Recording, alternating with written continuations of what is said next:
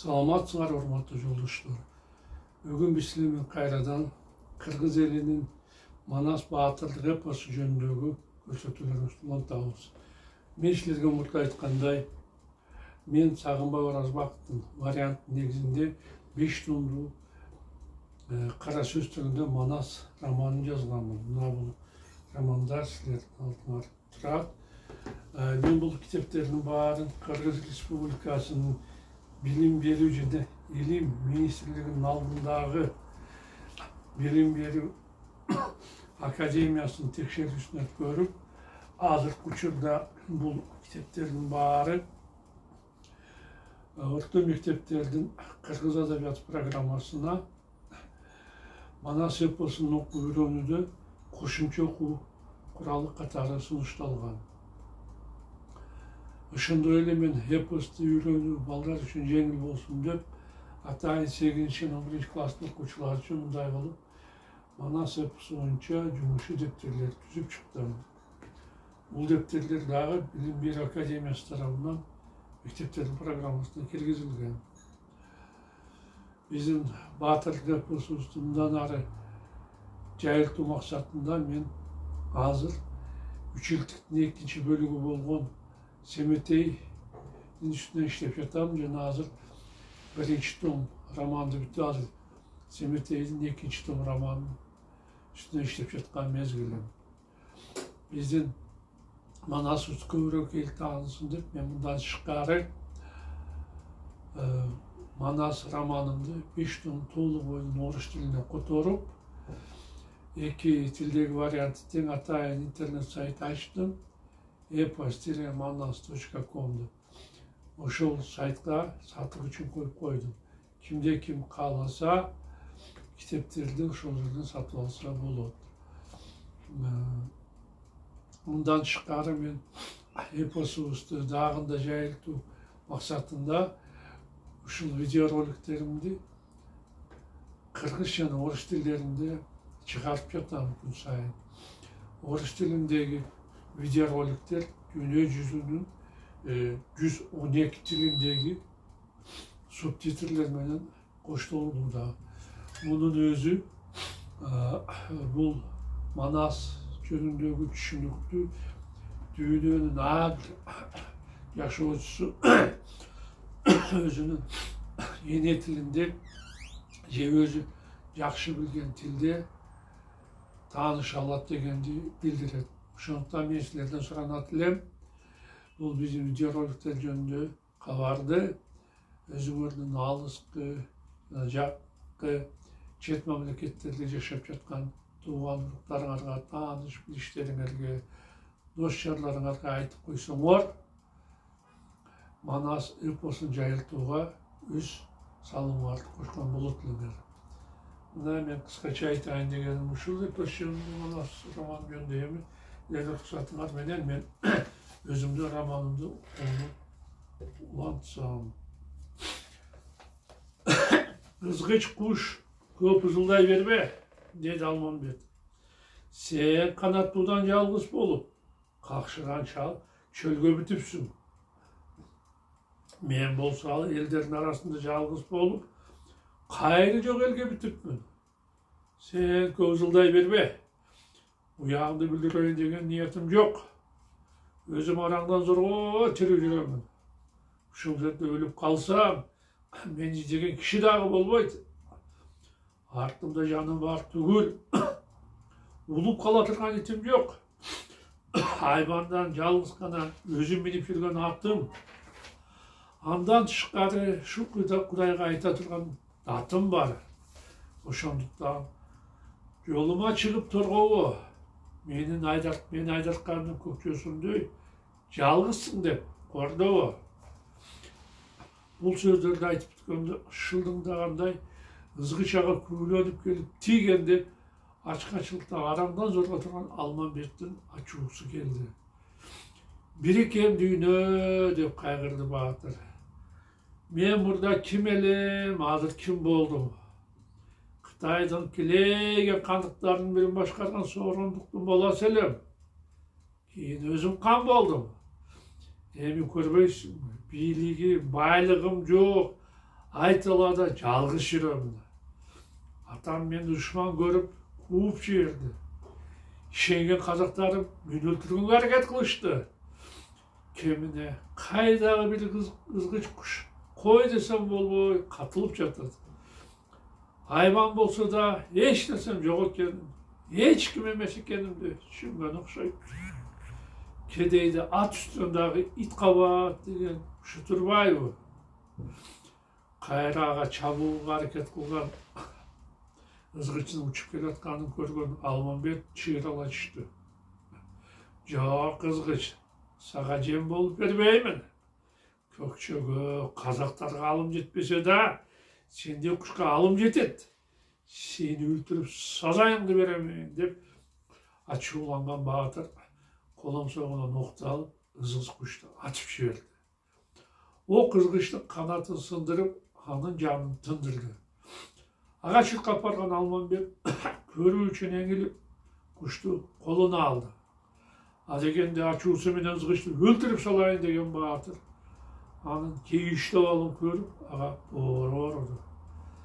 Көрбейсің мұның қылығын, башын шайқады Алмамбет. Өзі кейшін екенеме қайсы алына маға қарсы шыққанға әрекет қылды. Емне деп қатылды. Сыйменен жүре бермейді беле. Бұл құрған мен сияқты болды. Машинаны өткен күндер естеген батыр шүкірлі. Оба, ызғыш мендей болды, қайғылы ойлады Алмамбет. Мен да алым жете тұрған ішті қылып, құйрықты қысып, атам берген қандықты алғандан кейін еліміздің мыйзамдарыменен билік жүргізсем болмайды беле. Же қазақтарға келгенде емнеге алардағы тәртіптер бойынша әрекет қылмадым. Ел қатары қызматым үшін адамдардан пара алып, емнеге байығанға ұмтылмадым. Емнеге телтеңдеп, чыл болғанға әрекеттендім. Анымды ешкім бағаламады ғой. Мына бай болғанның орнына емі темселеп айтылада жүрем. Жадағасы ұшын ызғыш құшта тоғытпой баға асылды. Бұл жорық үшін ызғышты өлтіріп салайын.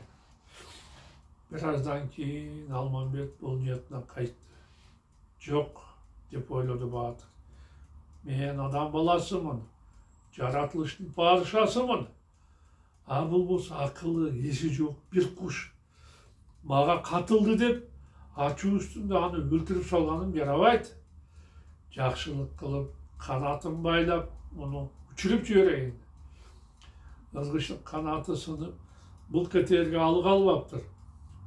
Өзі бөденедей кішіне неменің бөдіреген көзі бар екендігін көріп, Алмамбет ызғышқа насихат қыла баштады. Ей, ызғыш, деді батыр. Емнеге алыңды бастан адамға қатылдың. Емі арманда қалып, өліп жатасың. Қатылба десең болбой, қадалып жолыңды тұрғаныңда айластан сені атып жібердім. Мен даса оқшып, алымды білбестен қазақтарға қосылып алып, емі қашқын болып, ажалдың тонын киіп жүремін. Бірақ саға борым ұрып жатады. Азыр қанатыңды бүтіріп, сені қайра ұшырып жіберем. Мұндан кейін бейкүнә жанға қатылбастан, өзіңдің жолыңды тап жүр. Алмамбет қайнатма қара дарысын алып, ызғышын жарасына сүйіп көп, сынып қалған қанатты қиямына салды. Алтай қырмызын алып, қанатты ақырын таңып, тал жебекменен ақырын шырмады. Еме ызғыш үйіңді тапқын, сенің де үйіңді балаң бар деп, Алмамбет құшты ұшырып жіберді. Анын ызғышты ұшырып жіберген жері азыр Ақермендің ойы, Ашмараның бойы деп аталады. Ызғыш асманға ұшқан тарапты қарап, Алмамбет қапысынан бұты мойнақтың белінен аққұла атты меніп тұрған Манасты көрді. Қытайдың батыры аралдан дардайып шығып, қар қалпында болған қару жарақты асынып келатқанда Манас аны байқады.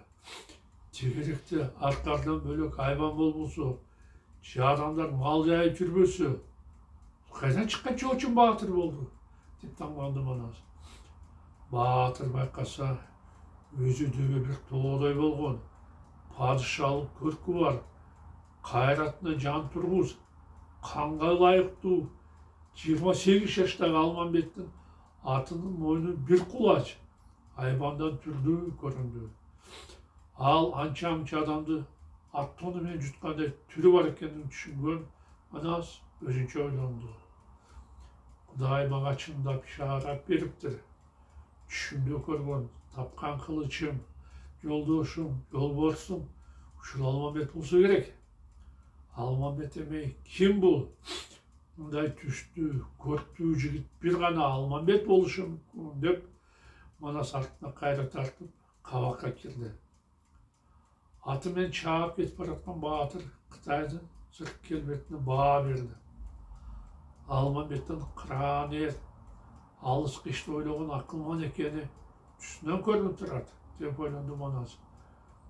Özü da ken kökürök, sondalılığı, кездешкендердің барын ала тұрған, Айбат үнін боса тұрғандай, Айбат бұл Батыр арыстан екен. Ешкімден қашпастан, барлық тең келе тұрғандығын, бұның қамандан алған мінезі әйкеделеп тұрады. Егер де маған жолдаш болса, мақсатыма жеттім. Алманбектің келе жатқанына қуанған Батыр, азаматта жолдаштарына жетіп барды. Jigitler, suyunçu, şamduk bekildi Manaz. Hazır joğa kilsek yoldoş, joğolor jerde koldoş, joğa kaçırsan jolbos bola turgan Almanbek'tin kele жатқанын көрүp, ар мүнөзүн Айбатын Арыстанга теңедим. Анын ер азамат экени түсүнөн көрүнүп турат. Almanbek'ti кетирбестен алып калуунун жолун издегиле, акыл тапкыла. Batırlar. Biz andan ayrılıp kalıp Kökçü'de armanda bökselbeydi.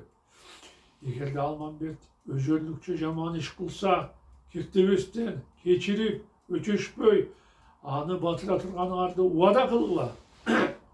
Biz makulmuz dedi jigitlerin atından bakay. Ağa öçeşpösten, kektenbestten, canımızga bir tuğanımızda kastarla olamız.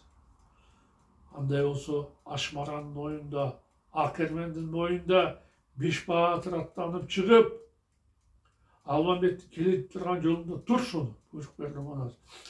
Ağa kol salıp sınap körödü. Almanbek'e karşı kim barsın? dep suradı bakay. Köldürдүн ulu Çalıbay, Acıbay, Sırgak, Kutunay, Akbaltanın çuvağı kök kulut kıldı salıp көрінбестен бешеу барышсын. Жарайды, Батыр жооп берди Çalıbay. Almanbek жанарга жакын келгенде айгай салып бакырып, каракчы болуп, каплет сайын чыккыла. Сөздүн улантты Маназ. Анын Батыр жебешел экендигин ушинтип сынап көрөлү. Атын коштоп айдап, жолго салып, өзүн жол боюна жыгып, жаныңды тирүү койбосуз деп аябай коркутуп, опузалап, жүрөгүн, акылын сынагыла. Эгер де коркпой, сынактан өтсө, не кылабыз? Сурады Acıbay. Анда Almanbek'ti бизге алып келдилер. Биздин 480 кишинин 200 ордо салсын. 50 төш жакка жөнөп, ат откоруп баргыла. 40 чатырашты ойногула. 9 биригип 9 коргоол алгыла. 20 болсо жыйылып, топ taşakma kalgıla. 12'ler Almanbek'tin atın oğlaktan algıla. Kıtay kelgende ağa kanday memile yaşaydı. Kızıga sıra. Eğer de Almanbek kelertigan bolsa, görüşüp jarmаңдашып kalbağıla. Жатқандарыңар турбай, кырданып, жалыңарды салып, сурдаңгыла. Ешкімге аға орын бошотуп бербегиле. Эгерден анын ою терең эл болсо, ептеп орын таға отырады. Баян сөзді бабырап сүйлей бермей, жоқса сөз айтып чуулабастан адепті болғылар.